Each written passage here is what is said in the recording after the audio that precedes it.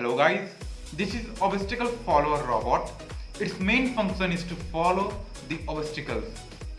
It has embedded IR sensor. Here it works as an obstacle detector. Whenever obstacle come in right side of sensor, the right will start moving backward direction and the left will start moving forward direction. In this way, this make robot rotate in this way. When obstacle come in the left side of sensor, the left will start turn in reverse direction and the right turn start in forward direction. This make robot move in this way.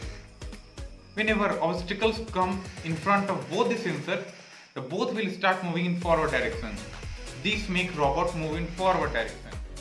When there is no obstacle detected, the wheel remain its own position. This make robot to stop. Now let's jump to the video to demonstrate this model.